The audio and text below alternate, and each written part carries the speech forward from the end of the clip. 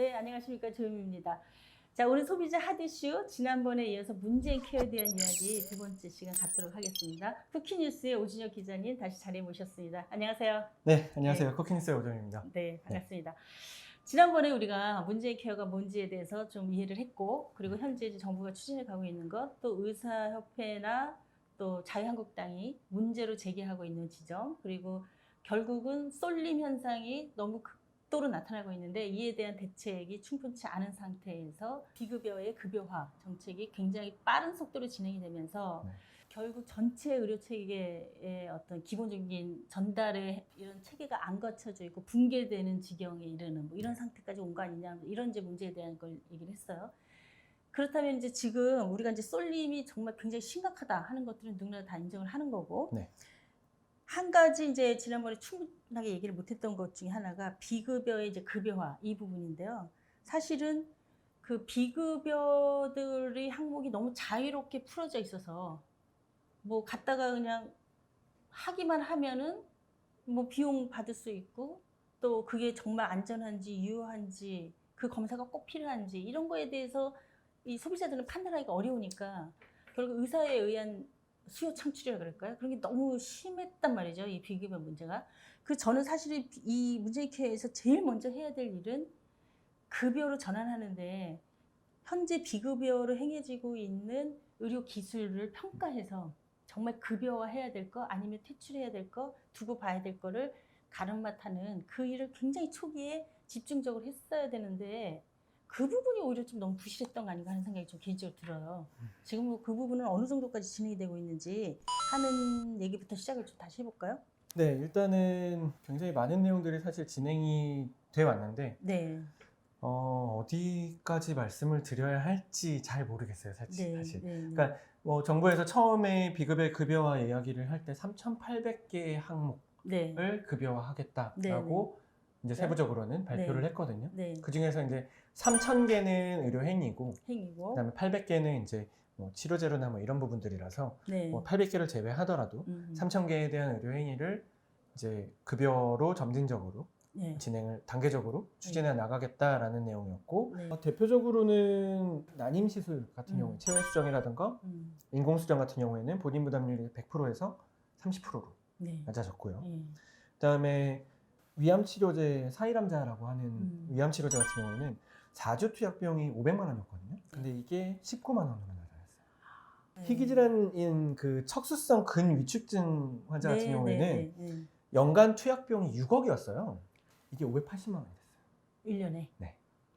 아니 그러면은 나머지 금액에 대해서 정부가 보험에서 해결을 해주는 건가요? 아니면 그 제약사라든가 이런 데가 그 비용 자체를 낮춘 건가요? 그게 다 섞여 있는 건가요? 비용을 낮췄다기보다는 네, 이제 정부가 이제 급여를 들어올 때 들어올 이제 때. 협상을 하잖아요. 그렇죠. 비용을 우리가 일정 부분 건강보험에서 이만큼 줄 테니 네, 너희들이 여기에 대해서 만족을 하느냐 아니면 뭐 어떻게 생각을 하느냐 해서 네, 조율을 좀 해요. 네, 그래서 이제 건강보험공단에서 급여에 대한 이제 협상을 진행을 하게 되고 네. 그 부분이 결정이 돼서 이렇게 정해진 거죠. 들어왔다. 네. 네. 어쨌든 이런 항목 하나하나가 조정될 때마다 그 건강보험 재정에 어느 정도 영향을 미치는지 우리가 그걸 견딜만 한 상황이 되는지 하는 조사들은 다 기반을 깔고 하지 뭐 무턱대고 하지는 않을 거잖아요. 그렇죠. 그렇죠? 그러니까 지금도 아직 진행 중이에요. 네. 이 3,800개 항목이라고 하는 것들을 아직까지도 급여를 해야 될지 아니면 비급여로 남겨놔야 할지 네.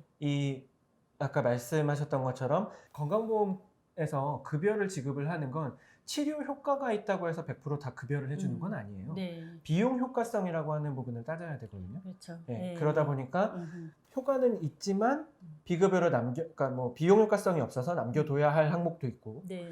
효과 자체가 조금 미지수여서 비급여로 남겨둬야 하는 항목도 있고 네. 네. 이런 게 이제 세부적으로는 많이 나뉘어 있는데 네. 그렇기 때문에 뭐 예비급여 혹은 선별급여라고 하는 네. 제도들을 뭐 도입을 해가지고 이 부분들을 좀 절충적으로 네. 진행을 하는 문제가 있는 거예요. 어쨌든 정부에서 목표로 잡은 3,800개 항목에 대해서는 순차적으로 좀 진행이 가고 있다. 네. 네. 지금 진행이 되고 있고 뭐 네. 대표적인 게 이제 있어요. MRI나 네. 초음파에 대한 그렇죠. 검사비. 네. 네, 지금 핫한 부분이기도 하고. 네.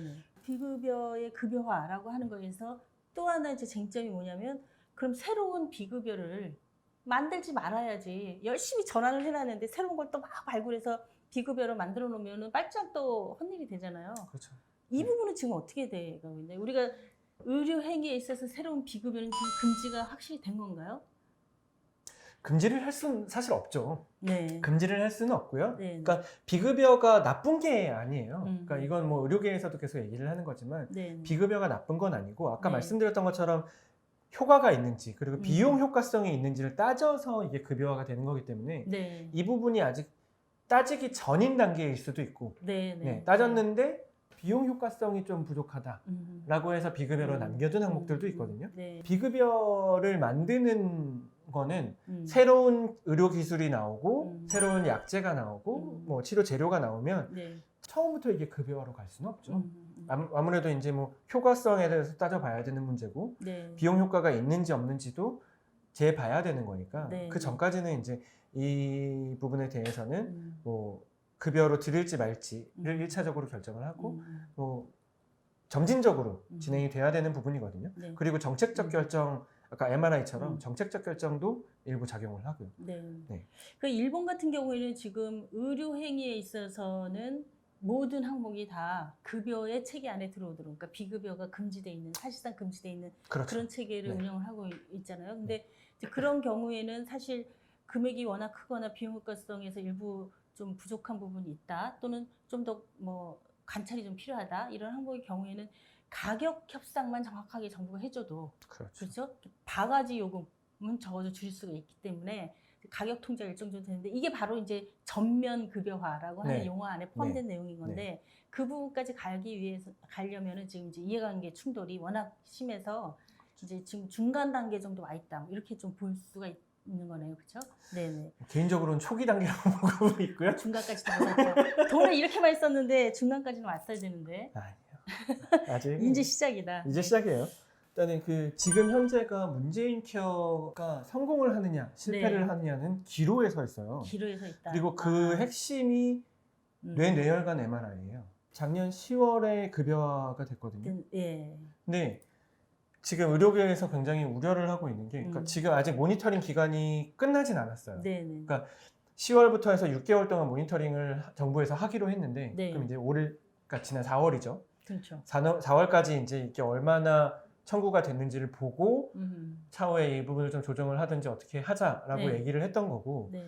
근데 문제는 지금 현재 가집계가 되어 있는 내용을 봤을 땐 2배가 넘게 되었어요. 그러니까 정부가 기존에 이 정도 늘어날 거야 라고 했던 추정치보다 한 2배 정도 더 많이 나온 거예요. 의사들은 그렇게 얘기를 하는 거예요. 뇌혈관 MRI를 찍을 때 그 증상이라고 할까요? 그게 장기적인 두통이 발생했을 때 뇌혈관 MRI를 찍을 수 있게 되어 있어요. 근데 좀 애매해. 근데 사실 그렇잖아요. 그러니까 그러니까 뇌 MRI는 두통이 계속 생기면 그건 안 찍을 수가 없는 거예요. 그러네요. 근데 사실 만성 두통이라고 하는 게 네. 어떻게 보면 좀 흔한 거잖아요, 사람들에게. 그리고 장기라고 하는 것도 좀 애매하고. 그렇죠. 네. 네. 그러다 보니까 의사 입장에서는 뭐 한 달 동안 지속된 두통이 있었다라고 하면 간헐적이라 하더라도 계속해서 두통이 있다 하면 자기가 만약에 찍지 않고서 그냥 그렇게 듣고 별거 아닙니다 라고 했다가 문제가 생기면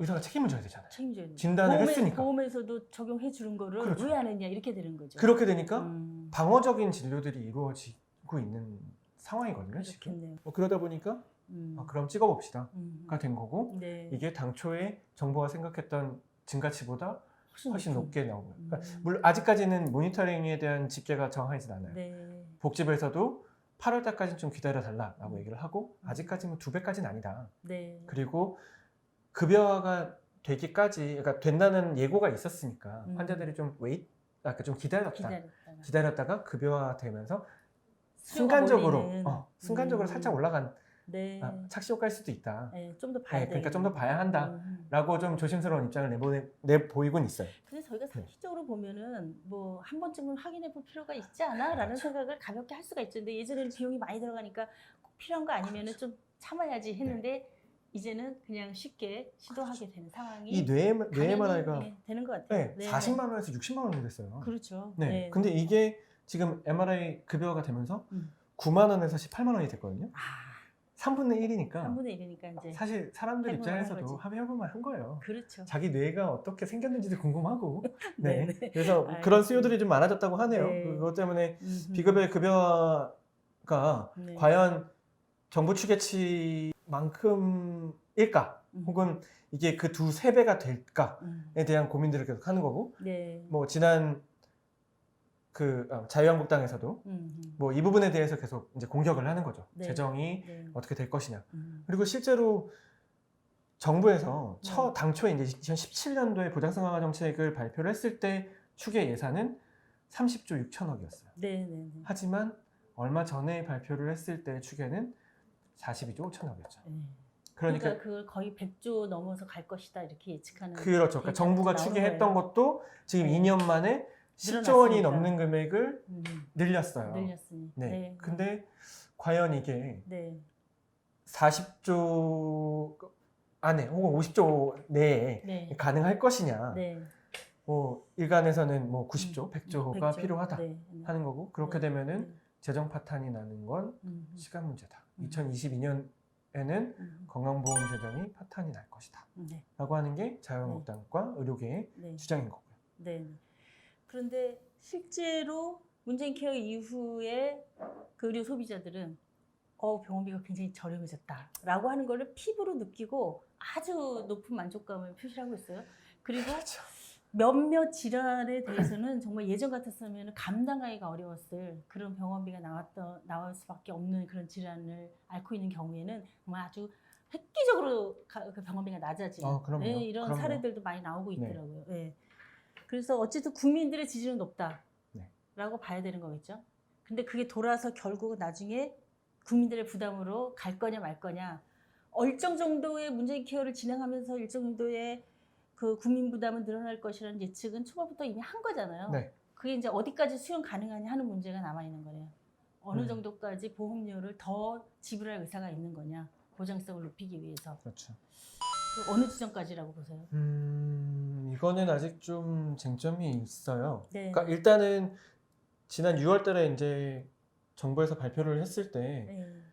건강보험 보장성 강화 정책에 대한 만족도는 사실 굉장히 높다고 나왔어요. 네. 그러니까 뭐 국민들 설문 진행했을 때 63.9%가 잘하고 있다. 네. 그리고 보통이다라고 하는 게 34.6%였거든요. 네. 그럼 못하고 있다는 건 11.5%밖에 안 되는 거예요. 만족도는 높은데 네. 이게 자기 주머니에서 나가는 거에 대해서 굉장히 부담스러워하세요. 그렇죠. 지금 시민단체와 환자단체에서 얼마 전에도 시위를 했죠. 그리고 건강보험 정책심의위원회라고 하는 이제 결정기구, 그러니까 건강보험 정책에 대한 결정기구에서도 이 보험료 인상에 대해서는 부결이 됐죠. 네. 그리고 뭐 연기가 됐다라고 봐야 되겠죠. 네. 어쨌든 논의는 조금 더 진행이 돼야 되는 거죠. 네, 인상률을 지금 확정하기 위한 논의는. 그렇죠. 네. 그러니까 정부에서는 지난 5년 동안에 있었던 보험료율 인상분, 그러니까 평균 인상분이 3.2%거든요. 그 3.2%만큼을 계속해서 이제 매 해마다 올려 나가겠다라고 발표를 했고 그 정도면 재정이 충당이 될 것이다. 파탄은 없다라고 얘기를 했었거든요. 거기에 대해서는 시민사회단체들도 동의를 했었어요, 당시에도. 다만 이제 작년에는 이보다 높은 3.49%가 올랐죠. 거기도 동의를 했고 그래서 올라갔는데 문제는 이 정부의 책임이라고 하는 국고지원금 문제예요. 분명히 문재인 대통령께서도 국고지원을 늘려야 한다라는 부분에 대해서 인정을 하셨고요. 그리고 3.2%를 해마다 올리겠다라고 했을 때에도 국고지원율을 높이는 걸 전제로 했었어요. 근데 기재부가 지금 이걸 계속 막아서고 있거든요. 법에서 뭐 재정까지 포함을 했을 때 국고지원이 20%까지 이제 지원이 되어야 하는데 지금 현재 13.6%만 지원이 되고 있는 상태예요. 그 법으로 지정되어 있는 국고지원금 전체를 다 보험에 지불한 적이 한 번도 없었어요. 사실 지금까지. 다 얼마씩 떼어먹었어요. 그 얘기를 하는 거죠, 단체들은. 그렇죠. 정부도 내놓고 우리도 다 내놓고 내놓으니 그렇죠. 그렇게 하자 이제 그 얘기잖아요. 그렇죠? 정부가 네. 책임을 다 해야 우리도 우리 주머니 털겠다라고 네. 하는 이제 주장인 거고요. 네. 뭐 간단하게 얘기를 하면 음. 일단은 지금 현재 그 국고지원금을 적어도 15에서 16% 정도까지는 부담을 해라. 네. 그러면 네. 우리도 3.2% 혹은 3.49%를 네. 그대로 유지를 해서 인상을 하겠다. 네. 네. 동의하겠다라는 네. 주장인 거고요. 네. 자, 우리가 어쨌든 보장성을 높여야 되는 것은 지금 필요한 부분이고 또 이제 고령화되고 하면서 그 나중에 어떤 위기 상황이 발생할 수 있는 가능성이 높아지기 때문에 일정 정도 이 방향성에 대해서는 대부분 다 동의를 하는데 네. 결국은 추가되는 비용에 대해서 어떻게 충당을 하고 재정 고갈이 이루어지지 않도록 꼼꼼하게 이런 속도라든가 항목이라든가 이런 것들을 조정해 갈 거냐라고 하는 굉장히 그렇죠. 기술적인 어떤 정책적 결정 이런 것들이 지금 남아있는 과정인 게 아닌가 싶은 생각이 들고요. 말씀하신 국고지원금 부분에 있어서는 명확하게 해야 될 것 같아요. 기재부가 뭐 다른데 뭐 이렇게 저렇게 돈 쓸 일이 많이 있지만 이 부분은 하고 넘어가야 되지 않은가 그런 생각이 좀 들긴 합니다. 근데 어쨌든 지금 현재 계산으로는 국고지원금 내고 3.2% 인상하면 고갈 그 바닥나지 않고 건강보험이 바닥나지 않고 계획대로 일단은 가게는 될까요? 그게 또 고민이네요. 네. 이게 참 이거 말하기 되게 힘들어요. 네. 예, 뭐, 좀 더 지켜보고 얘기를 해야 되나요? 네. 일단은 네. 정부가 네. 뭐 30조 6천억이든 뭐 42조가 됐든 네. 이게 어떻게 나오는 건지 구체적인 추계 사항을 밝히지 않고 있어요. 이게 가장 큰 문제예요. 예. 그러니까 그래서 뭐 MRI를 하는데 얼마가 들어갈 거고 뭐 네. 어떻고가 명확하지 않아요. 않은 거죠. 네. 그러니까 따질 수가 없는 거예요. 그러니까 자유한국당에서도 그냥 고갈이 될 거다, 푸어가 될 거다라고 얘기를 하지만 실질적으로 이게 얼마가 들어갈지에 대해서 뭐 얼마가 더 초과가 될 거다. 네. 그러니까 얼마까지 낮춰라라는 얘기를 못 하게 되는 거고 의료계에서도 그 부분에 대해서는 계속 쟁점인 거예요. 네. 사실 그렇잖아요. 그러니까 예산이라고 하는 게 네.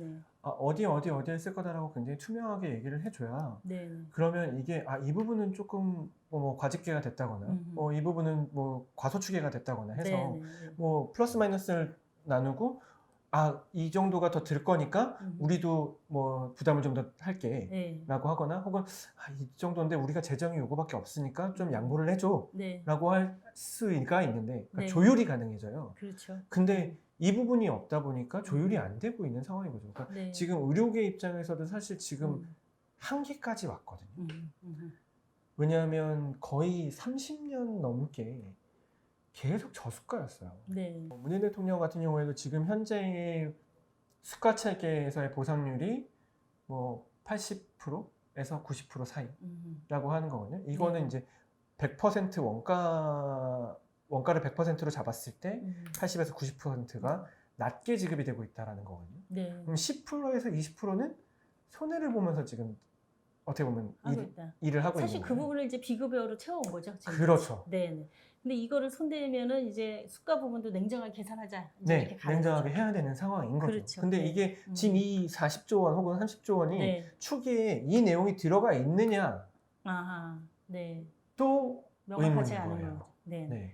알겠습니다. 자, 이제 우리가 지난번에 이제 병원 쏠림 현상에 대해서 얘기했고 이번엔 주로 비급여의 어떤 급여화 과정에서 비용이 이제 추가로 발생하는 이 문제에 대한 이야기를 하고 있고 결국은 뭐 국고에서 지원이 되던 건강보험료를 인상해서 내던 어쨌든 뭐 국민 부담이 되는 건 사실이니까 계산한 방식에 대해서 서로가 투명하게 토론할 수 있는 자료들을 좀 더 충분하게 내놓고 갔으면 좋겠다. 왜냐하면 현재 문재인 정부가 가고자 하는 방향 자체는 또 안 갈 수 없는 지금 같은 사회 현상이나 뭐 변화 속에서 갈 수밖에 없는 방향인 건 분명하거든요. 그러니까 그렇게 할 때 어떻게 하면 보다 더 효율적이고 합리적인 정책 선택을 할 거냐 하는 거는 결국은 투명한 자료들을 놓고 다 함께 머리를 맞대고 토론하는 그 과정들 속에서 결국 나오는 거 아니겠어요? 그래서 서로가 부담들을 조금씩 공유하고 하면서 방향성을 좀 가져갈 필요가 있는 거 아닌가 생각이 듭니다.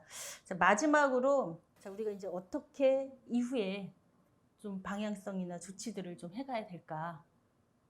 기가 막힌 대안을 제시를 해주시면 이 방송 제가 청와드리겠어야 돼. 이 방송 혹시 청와대에서 보시면 참고가 되도록 몇 가지 뭐 말씀을 좀 해주시죠. 사실 어디서도 지금 뚜렷한 대안을 내놓지를 사실 못하고 있어요. 이게 왜냐하면 굉장히 복합적인 이야기이기도 하고 굉장히 정치적이고 정책적 결정들이 많았어요. 그렇죠. 그러니까 지금 뭐 돌이켜 봤을 때 가장 지금 문제가 되고 있는 건 사실 뭐 1부 때 말씀을 드렸지만 그 선택진료비 폐지와 그다음에 상급병 진료의 급여화 문제가 이게 선행되었어야 하느냐라는 문제거든요. 지금 이 부분을 먼저 가져감으로 인해서 쏠림 현상이 급격하게 심해졌고 그로 인해서 발생하는 부작용이 너무 커졌어요. 지금 현재로서의 특단의 대책이라고 한다면 사실상 뭐 지금 의료계에서도 얘기를 하고 있는 거지만 이 허들을 높여야 된다는 거예요. 쏠림 현상을 막기 위해서. 그래서 기존에 이제 상급종합병원으로 사실 지금 현재는 환자들이 상급종합병원 바로 갈 수 있잖아요. 3차 병원으로. 그렇죠. 3차 병원으로 바로 가지 못하도록 1차에서 진료 의뢰서를 무조건 끊어야. 그리고 단계별로 1차에서 2차로, 2차에서 3차로. 그리고 몇몇 이제 중증 응급 같은 경우에만 이제 3차로 직접 가거나 혹은 1차에서 바로 3차로 의뢰를 할 수 있도록 하는 형태로 세팅을 다시 하자라는 것. 그러니까 상급병원으로의 직행을 금지하자라고 하는 게 어떻게 보면은 쏠림 현상을 지금 현재로서는 막을 수 있는 특단의 조치인 거고요. 지금 뭐 이 외에도 뭐 여러 가지 얘기들이 좀 있기는 해요. 근데 어떻게 가야 할지는 아직까지는 그 뭐 아까 말씀드렸던 것처럼 재정을 투명하게 오픈을 해서 여기에 대한 갑론을박을 뭐 깨질 건 깨지고 그럼요. 뭐 두둔할 건 두둔하면서 같이 좀 해나가야 되지 저는 않을까? 이 문재인 케어에 대해서 국민들은 어느 정도는 돈 낼 각오를 하고 있다고 생각해요. 왜냐하면 그 방향으로 우리가 갈 수밖에 없는 거기 때문에 돈 낼 각오를 하고 있는데 내가 돈을 냈을 때 그게 효율적으로 투명하게 잘 관리될 것이라고 하는 신뢰가 있어야 국민들이 세금도 내고 돈을 내는 거거든요. 그래서 그거는 우리가 좀 더 강화해서 할 필요가 있겠다 하는 거고, 자, 우리가 비용적인 측면에서 무너진 허들을 이용을 불편하게 함으로써 재허들을 만들자. 이게 이제 아까 말씀하신 것처럼 어디를 거쳐서 이제 게이트를 만들어서 거기를 거쳐야만 갈 수 있도록 하는 방식인 건데 이제 그런 방식으로 새롭게 허들을 만들어내는 게 또 성공적으로 갈 수 있을지 하는 얘기를 다음에 다시 해야 될 것 같아요. 왜냐하면 지금 이제 1차 의료 내지는 의료 전달 체계 재확립이라고 하는 게 또 하나 큰 화두인데 그렇죠. 그 논의가 계속 있습니다. 그래서 과연 지금 가고 있는 방향이 맞느냐, 또 성공적으로 갈 수 있느냐, 또 소비자 입장에서 환자 입장에서는 어떤 방식이 가장 효과적이고 유리한 거냐, 뭐 이런 논의들이 또 있으니까 이 허들을 어쨌든 만들어야 됩니다. 그래서 1, 2, 3차가 기능별로 제 역할을 다 할 수 있도록 만들어 가야 되는데 가장 효과적인 방식이 뭘까 하는 거 얘기는 3부에서 또 다시 해야 될 것 같습니다. 한 번 더 오셔서 뭐 전달 체계는 사실 또 다른 이야기고 굉장히 복잡한 얘기들이 사실은 있어서 그 얘기도 별도로 얘기를 해야 될 게 맞는 것 같고요. 보장성화에 대한 부분은 아직 지금 진행 중인 상황이긴 하고 아까 제가 초기다라고 말씀을 드린 이유 중에 하나도 이것도 있어요. 그러니까 아직까지는 뭐 명확하게 방향성에 대해서만 지금 이야기가 나와 있는 상태고 그 세부적인 사안들에 대해서는 아직까지 정부가 오픈하지 않고 있거든요. 뭐 그런 부분들을 좀 오픈을 하고 논의가 좀 돼야 하지 않을까. 그 논의를 거쳐서 실질적으로 들어갔을 때 중기로 접어드는 게 아닐까라고 저는 생각하기 때문에 그렇게 말씀을 드렸던 거니까요. 좀 더 지켜봐야 될 문제인 것 같습니다. 일단은. 하여튼 오늘 2차례에 걸쳐서 문재인 케어에 대한 쟁점 그리고 우리가 앞으로 해결해 가야 되는 어떤 문제의 지점들에 대한 것들을 좀 짚어봤습니다. 이 부분은 우리 가정에서 부담하고 있는 건강보험료하고도 직결이 되고 내가 조금만 아파도 병원을 바로 이용하게 될 텐데 그럴 때 내가 어느 정도 비용 부담하고 어떤 체계 속에서 가장 효율적인 의료 서비스를 받느냐라고 하는 거와 관련돼 있는 거니까 좀 복잡하고 어려운 것 같아도 그 직능의 이해관계에 있는 의사나 뭐 정부만 그냥 바라보고 있지 말고 소비자들 스스로도 관심을 갖고 내용을 그렇죠. 좀 이해하려고 노력하고 네. 또 자기 나름대로 관점을 가지고 입장도 표명하고 네, 이런 것들이 좀 필요한 역량이 아닐까 하는 생각이 들어서 좀 깁니다만은 이야기를 충분히 좀 나눠봤습니다. 다음번에는 그 말씀하신 대로 네. 의료 전달 체계에 대한 이야기 네. 네, 이 부분에 있어서는 또 우리 소비자들이 해야 될 역할들이 또 나는 커요. 커요. 네, 네. 네. 그래서 그 부분에 대한 이야기 또 더 나눠보도록 하겠습니다. 자, 오늘 이야기 들어주셔서 감사드리고요. 더 좋은 이야기 듣고 싶으시면 구독, 좋아요 꼭 부탁드릴게요. 감사합니다. 감사합니다.